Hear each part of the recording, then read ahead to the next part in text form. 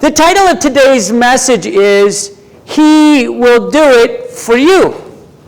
And sometimes we get into the place where we start to wonder what God actually does. In fact, you'll hear a lot of people say that these miracles were in the olden days, or these were back in biblical times, and so this miracle doesn't apply today, or whatever. And I think sometimes we start to get, brokenhearted. I remember watching a TV show sometime. Some guy said that he was stranded in the desert and all he had was a bottle of water, and he poured it into his motorcycle and said, God, if you turn water into wine, make this gasoline. And he somehow made it, Well, I can tell you it didn't work with my lawnmower yesterday. So anyway, but that's okay. That's okay. God is here for all of us, and He will do it for you, and He does do it for you, and He takes care of us in so many different ways. So let's look at Psalm chapter 40, verses 2-3. It says, He lifted me out of the pit of despair, out of the mud and the mire. He set my feet on solid ground and steadied me as I walked along. He's given me a new song to sing, a hymn of praise to our God. Many will see what He has done and be amazed, and they will put their trust in the Lord. Boy, that's easier said than done, right? We all want to go, oh yeah, I know that God did that. God took care of this. But listen, it's very difficult sometimes to understand God. Remember, He's the one that made the universe. He's the one that made DNA. He made everything. Can you imagine that? And if you think about how complex all of that is, it's a little overwhelming. In fact, it's more than overwhelming, because we were just looking at some of these little kits you can get at Barnes & Noble for the kids. And one of my daughters pulls up this kit, and it's all about DNA, and says, oh, so this is all about, so what all does this do? And I looked at him and said, I have no idea. I know DNA, but I don't know all of those lines and little ladders that they're making. I don't know what all those strings are all about. I don't understand it in the depth that maybe I could or should. Fact is, I don't know. God does, right? And He understands every one of our jobs, every one of our sets of knowledge, and it starts to become like overwhelming for us. And we don't think about it that way. We don't think that God's all-knowing. We don't think that God has got everything under control, that God's taking care of this, God's leading the world. You watch the news and you pull away and you're like, what is going on in this world around us? You go to the store and you look around you and you say, what is happening to the people in my community? Everywhere you go, you're presented with an opportunity to be like, what is happening? How are things changing? Why does it look like this? Why does my life look like this? Did I miss the boat? Did I miss something? Am I that odd? Am I that peculiar? Am I that different from everybody else? And so I want to tell you, listen, you didn't miss the boat. You hear me? You didn't miss the boat. You're just on a different ship. Okay? That's all. You're going to get on a different ship. That's all. It's not a big deal, but it's hard for us to think about the world around us when we're like, wait, I'm missing something. I don't have what I need. This isn't what I'm supposed to have. This isn't what this is supposed to look like. My wife and I, we took a little Bob Ross class together. I really liked watching Bob Ross as a kid, making happy trees. I said, I can do that. So we sit down at this class. And the guy's like, make your first little happy tree. It wasn't Bob Ross, by the way. I was really hoping it would be. It was before he died. Cha, cha, cha, cha, cha, cha, cha, cha. He makes this tree. I look over at my wife. Cha, cha, cha, cha, cha, cha, cha. She makes this tree. I look over at me. Cha, cha, cha, cha, cha, cha, cha. I made a blob. But it was kind of like a tree. I tried. The point that I'm trying to get to is, you look around you and you're like, wait a second, that person has that person's doing this. Am I missing it? Did I do something? Did I miss this? By the time that painting was done, let me tell you what. Mine did not look real. My wife's looked cool. I'm like, well, you're the artist. I'm not. But this was fun. I still dabbled with it for a little while until I just admitted to myself that I can put paint on a canvas. I just can't make it look like anything one would like it to look like. That's all. I'm still a painter. I'm a big-time artist, Just the beauty's in the eye of the beholder, they say, right? The point that I'm trying to get to is understand that just because you see beside you doesn't mean it's for you. And at the same time, When we think that God only helps this person or that person or only gives this person an anointing, it's not true, because God will do it for you. It's just different, and it looks different. And sometimes we get so caught up in the way it looks that we get distracted. I remember as a kid, my dad, he was always helping my brother with his science fair stuff. And when they made a radio, they took a toilet paper tube, wound up copper wire on it. My dad used to work for the radio station or television station, and he kept them on air and did all that fancy stuff, climbing the big towers. So he knew exactly how this all worked. And he made my brother a radio with a pop can, copper wire, toilet paper tube, and they made this thing together so he could put this in the science fair and explain how this whole thing worked. It was really cool. It was really kind of neat. But I remember standing there going, well, maybe he'll help me make a radio. I do a radio when it's time for me to be in science fair, right? And then my dad works on another project with my brother. And I looked at these projects, and I was like, well, is he going to do these projects with me? I want him to help me on my projects, and maybe I'll have these science fair projects that look like that. And then it became my time, because my brother was 3 years older than me. So it wasn't that my dad didn't want to help me. It wasn't my time yet. I want you to pause there and hit that for a second. Not that God doesn't want to help you. Not that God's not taking care of it. Not that God doesn't want to help you. It's just not your time yet for some of the things you think you're supposed to get, some of the things you're supposed to have.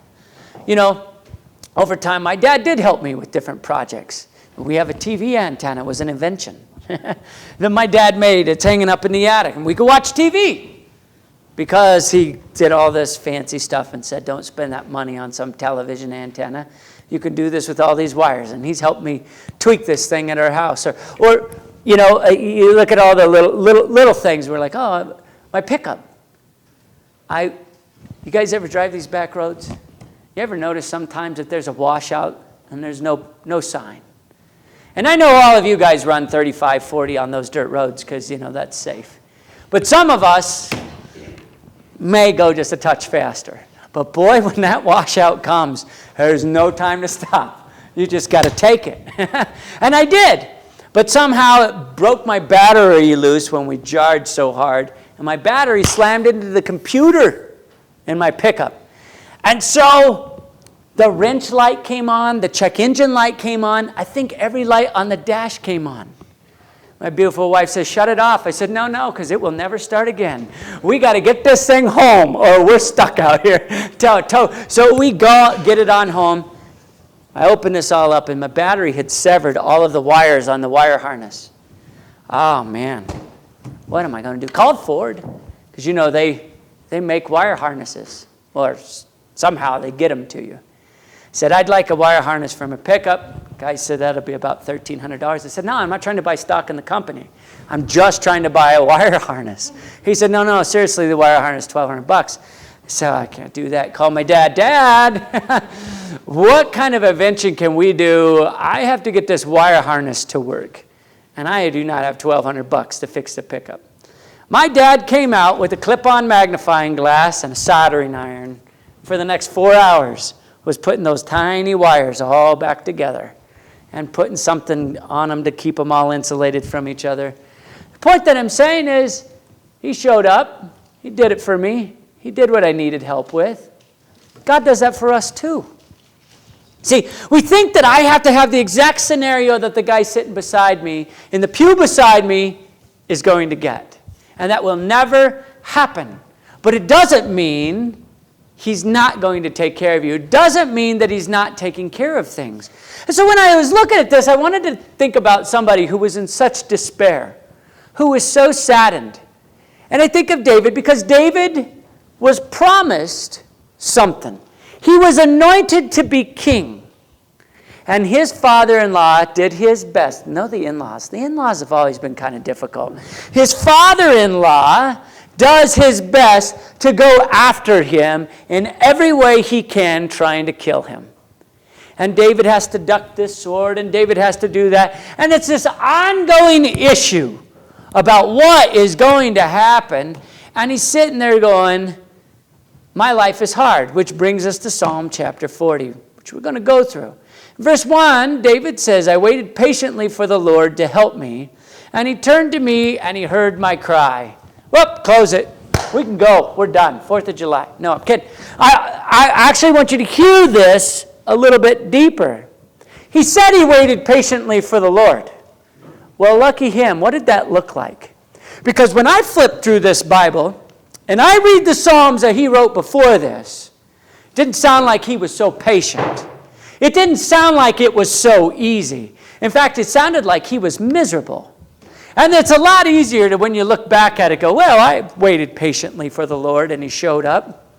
Well, I remember when I was going through police academy, I was working full-time for the police department as a dog catcher, code enforcement officer, and then I would go to academy.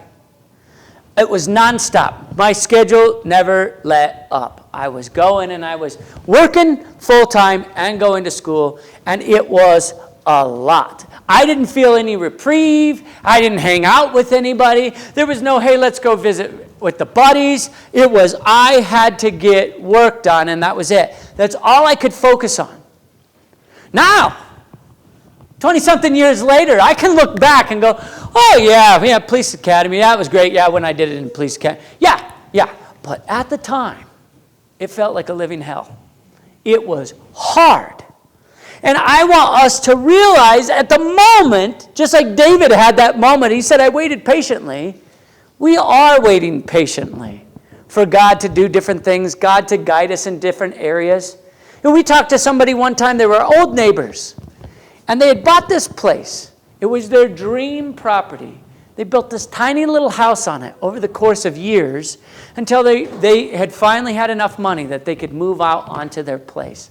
It was like 20 years this property was in progress before they actually even lived there. They'd planted all the trees and all this stuff before they ever were even able to enjoy it. And I look at our own lives and they go, well, we had to do all this. And it seems like in that one sentence, it's no big deal.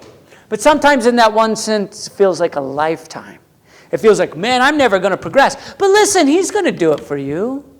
No loving father doesn't care about you. My parents love me. They care about me. They do a lot of things for me in different areas. And sometimes you sit there and go, but why haven't you done this? Why won't you do that? Our kids remind us of that stuff, don't they? They're very good at it. In fact, I can think of all the times my kids love to remind me, you promised. You said. You did it for so-and-so. Have you ever gotten exhausted after the first game of tag or something, and then your kids want you to do it again? They're like, but you did it for Emma. Well, yes, but I'm out of gasoline. I'm too tired. And so then what do you say, And they're like, that's not fair. And then they bring on the tears, and then you're like trying to find gasoline because of the tears, and it becomes difficult. We understand that these battles shake us, but God's not changing a bit. He's not saying, well, I'm only going to help these 3 people in life, and that's it, and nobody else. Did he require extra work of different people? We're talking about David. Did David see the miraculous? Battle after battle, he saw the miraculous. In fact, that's the way I should say it. At battle after battle, David saw the miraculous. God preserved him. God helped him. Blah, blah, blah, blah. But wait a second. David had to go through the battle. That's the part we forget. We see the great side. Oh, this looks good. David did this, and David showed up, and so God, why aren't you doing this for me? No, you have to go through the battle too. David had to go through the battle too. And so this patiently that he waited wasn't him sitting on a tree log going, I waited patiently for the Lord, and then he came. No, he was out at battle, waiting for God to make a change. But all of those battles added up to the very thing that changed his life forever. And did he get to be king? Was he king? Yeah. Did he do well? Yeah. Was he financially better off than before? Yes. Did he still have battles? Yes. That's part of how it goes. Now, verse 2, he says, he lifted me out of the pit of despair, out of the mud and the mire. And some verses say out of the miry clay. And versions. I look at that and I say, hear this. He went through it all, and now he's able to give a victory dance. But if you read the verses when he's in there, he was constantly saying, God, I need you to help me. What happened? His feet got set on solid ground. That's great. Verse 3, though, listen. He's given me a new song to sing, a hymn of praise to our God. Isn't it easy, a lot easier to sing that hymn of praise when everything is going great? When it's all rocking? Isn't that a lot easier? You get up in the morning, you're ready for church, the stove catches on fire, you put it out. Then the wash machine stops working and it's flooding the laundry room. You wipe it all up, you get in the car, you go to church and you go, let's sing, this is the day the Lord has made, huh? No, people are going, I'm not even going to church because I'm too busy cleaning up the mess, right? I understand that happens. I get where our minds are with it.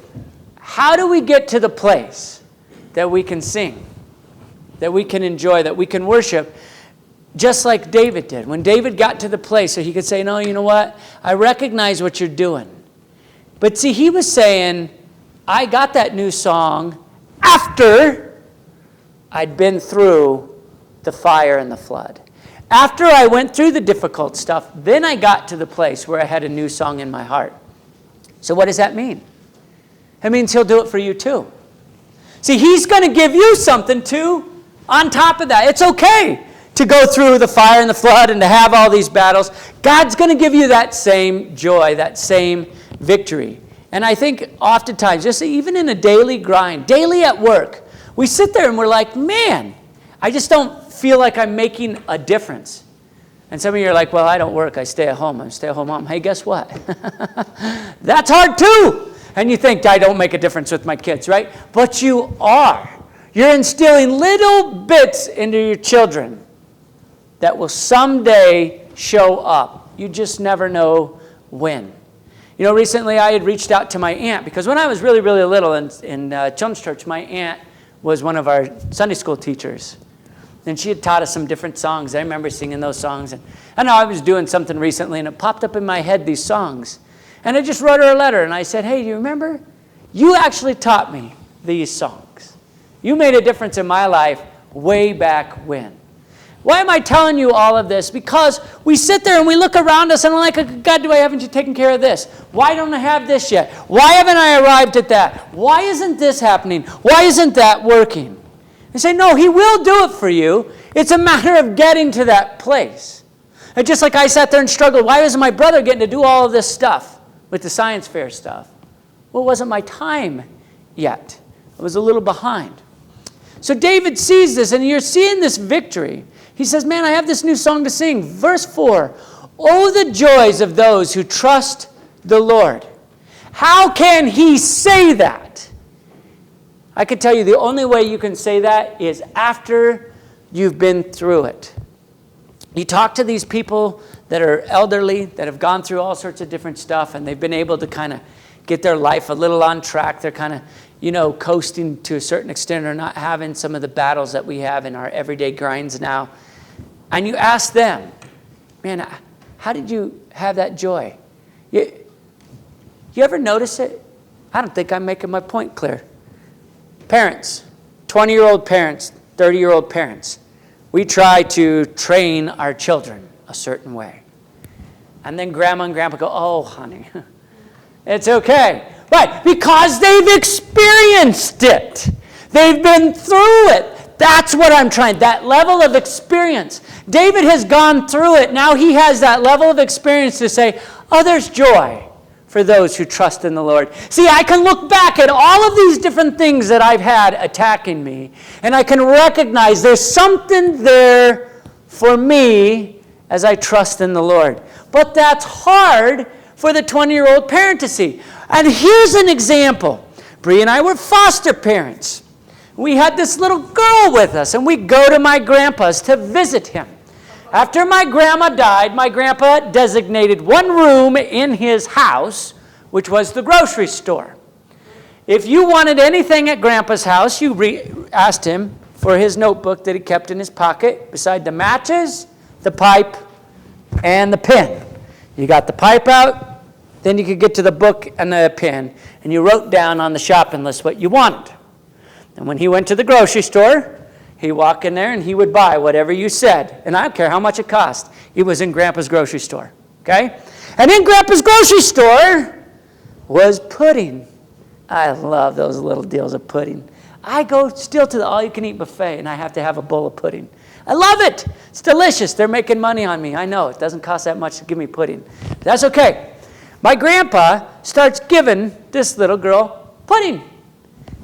She eats it up. Boy, she likes it. She's all done with one. She's 3. One's enough. Grandpa gives her a second one. She whoops it up. My beautiful wife says, Grandpa, that's enough. My grandpa says, oh, honey, she needs plenty. Look at that. We need to get some meat on that little girl's bones. That's the way he looked at the world. Completely different than that 20-year-old mentality, right? Because things change. And I just want to encourage you, 20 years from now, you're going to look at this differently and recognize not only will he do it for you, but he did it for you. And then 20 years later, you have a whole nother set of circumstances. But God's always there working.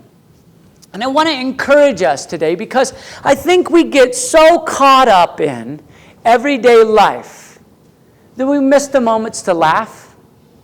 We miss the moments to smile. You ever had that time where your kids come to you or somebody calls you, they want you to play a game with them or do something, but the stress is so heavy that you can't do it. You're almost immobilized. You don't feel like doing it. I don't want to play tag. I'm tired. I don't want to play that game. I always lose. There's nothing to Chutes and Ladders. It's just over and over, redundant. I'm tired. I don't know what it is. Or maybe it's somebody calling you for dinner. You're like, oh my gosh, I hate going to that restaurant. It's too loud.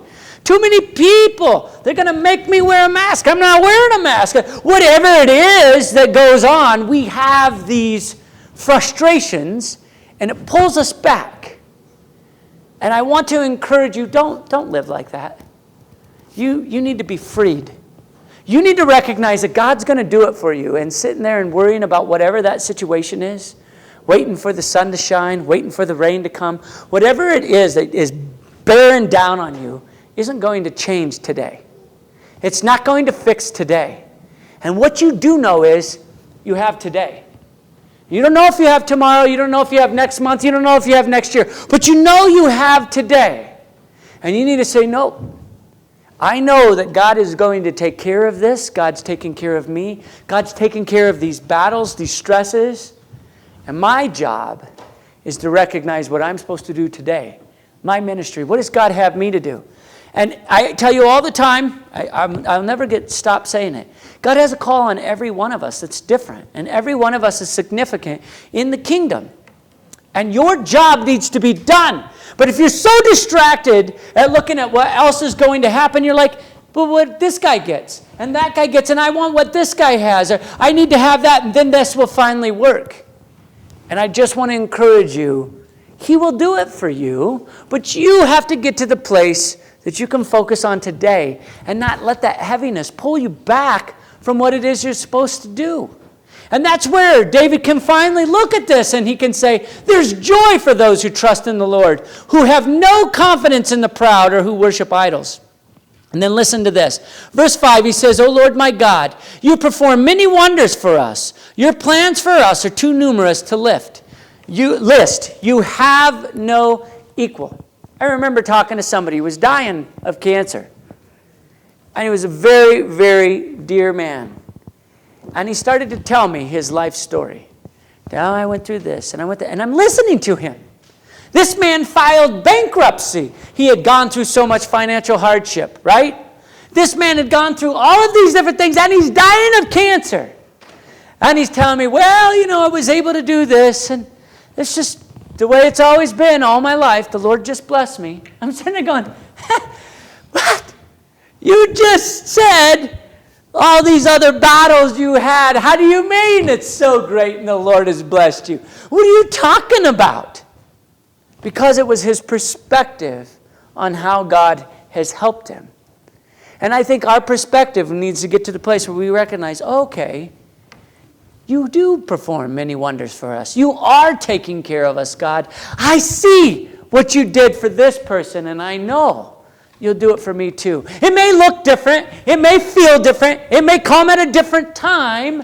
But I'm telling you, he will do it for you. Don't let all of these other things start pulling you back and distracting you and frustrating you. And then the rest of verse 5, he says, if I tried to recite all your wonderful deeds, I would never come to the end of them. Wait a second. If we pull out this Bible and we start reading the stories of David, I can read a million different things that didn't sound like they went too well. I mean, his own son's trying to take over, and then he's hanging in a tree. And the sadness. Where's that, David? Why didn't you write that in there? My son died trying to take over the kingdom. Why don't you put that in there? Instead, he says, I tried to recite all of your wonderful deeds, and I could never come to the end. How can that be? Is he bipolar? How can he say one thing and still look at it in a different way? I'm telling you the exact same thing. Hear it. Hear it. We've got to look at God's wonderful deeds and realize in the end it's going to be way different. It's not going to feel the same 10 years later and 20 years later. In the heat of the battle, it's tough, but we have to get to the place that we can trust and know if he said he'd do it for you, if he did it for him, he's going to do it for me. He didn't abandon me. He didn't forget about me. This is tough. This is a challenge. I'll get through this. I'll get through this battle. I'll go on to the next one. David went through battle after battle after battle. And what is he talking about? Man, why did he write in there, oh, I can think of all the battles I had to go through. No, he doesn't say that. He says, if I could recite all your wonderful deeds, I tried. And I can't get through them. Where's his focus? Rose-colored glasses. Can we get our lives to shift that way? Can we recognize things around us are going to happen? He's going to take care of us, and we look at the world through rose-colored glasses. You know, my dad used to say that, oh, miss is as good as a mile. You know, we were almost in a car accident one time as a kid. I remember hearing it so blatantly. Because I remember the brakes slamming and the car going and my mom's shouting, you know, trying to get Dad's attention. We almost hit a car, you know. And Dad said, oh, miss is as good as a mile. And away he goes, driving off. And my mom's sitting there, you know, trying to bring the heart back into her chest, you know. It's one of those things that happens to us. We feel like a miss isn't any different than a mile. But I think we have to get to the place where we realize I was okay. I was taken care of. And now I've got this going on. Okay, I'll take care of that. And now this is coming. Okay, I'll take care of that. And every day presents a whole new set of challenges. And it's okay. He hasn't forgotten about you. He's not leaving you to the side. He still called you to do what you do. And that's the last bit I'm closing with today is, oh man, hear me now. Your call is so important. The voice you have, the difference you make in this world is such a big deal. If you let that be hampered, if you let that be suppressed, it's exactly what the devil needs to try to gain victory over you and your circumstance. And it all starts with the way you look at it. If we look at it differently and say, no, God's taking care of this, and I got this, and he's leading me through this, and I'm going to be okay. There's a level of peace that's in your life that's indescribable, and that's what David was trying to talk about. Get to that place where you recognize that. But what happens to us, and it's not like I'm preaching out here telling you guys like, oh man, I've arrived, right? These are my reminders on a daily basis. When I'm like, God, how do I do all of this? How do I take care of everything that's on my plate? God, why the next battle in my face? Why this? And it's just this gentle nudge that says, you don't give up on that. You don't back down. You stay in there and you keep going and you keep going. And I want you to hear that when the devil gets to cloud your mind, you're less effective. And it works. So today, you walk out of here.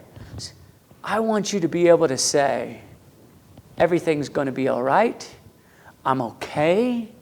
And my ship's coming in. It's just a different one. Things are going to look different than I thought I was going to see. But it's okay. And I'm headed in a great direction. And I can say this wonderful, wonderful blessing over my life. Because I didn't even get to get through all of this, but you guys' crock pots are going to burn. So, I mean, if you go through the rest of this and hear him talking about his sins, his life, and the way things have gone, and yet God still continued to take care of him. It's a lot easier to look at stuff in retrospect than it is while you're going through it. Hear that. Be blessed by it. Be blessed today. I want to say a blessing over everybody. If you want to stand with me, please. Lord, I lift up everybody here. Ask you to touch our hearts, Lord.